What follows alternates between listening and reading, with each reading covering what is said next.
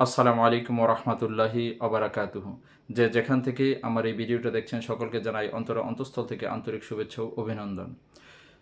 কিভাবে নিজেকে প্র্যাকটিসিং মুসলিম হিসেবে গড়ে তুলবেন তার তৃতীয় দিনে আপনাদের সকলকে আবারও শুভেচ্ছা ও অভিনন্দন। তো আজকে আমি যে বিষয়টা বলবো সেটা হচ্ছে আপনারা সলাৎ শুরু করুন। প্রথম দিনে আমরা বলেছিলাম আমাদের একটা বিশুদ্ধ নিয়ত থাকতে হবে। দ্বিতীয় দিন আমরা আলোচনা করেছিলাম যে ইসলামের যে স্তম্ভ বা খুঁটি এবং ইমানের স্তম্ভ, এই বিষয়গুলো আলোচনা করেছিলাম। তো এই বিষয়গুলো আপনারা প্রতিদিন পড়বেন।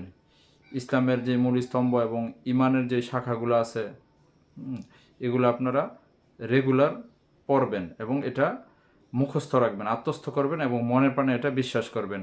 পাশাপাশি আপনারা সলাৎ শুরু করবেন। ঈমান আনার পরই সর্বপ্রথম যে কাজটি সেটা হচ্ছে সলাত আদায় করা। তো আপনারা ফজর এবং মাগরিব অ্যাটলিস্ট 2 ওয়াক্ত, ফজর এবং মাগরিব অ্যাটলিস্ট 2 ওয়াক্ত রেগুলার কন্টিনিউ করার চেষ্টা করুন। পরবর্তীতে আপনারা এটা আস্তে আস্তে বাড়াবেন। যদি সম্ভব হয় 5 ওয়াক্ত পড়বেন, আলহামদুলিল্লাহ। কারণ 5 ওয়াক্ত সলাত আদায় করাই কিন্তু ফরজ। তো যথাযথভাবে আপনারা জামাতে মসজিদে সলাতগুলো আদায় করার চেষ্টা করবেন এবং আপনারা সলাতটা আদায় করা সহজ হবে। আপনারা চলাফেরা করবেন, যারা দিন মেনটেন করে, দিন চর্চা করে, ইসলামের হুকুম হাকাম মেনে চলে, দিনের পথে চলে, তাদের সাথে আপনারা মেলামেশা করবেন, তাদের সাথে বন্ধুত্বপূর্ণ সম্পর্ক গড়ে তুলবেন, তাদের সাথে বন্ধুত্ব করবেন। তাহলে আপনার জন্য সলাত আদায় করাটা, ভালো কাজ করাটা অনেকটাই সহজ হবে।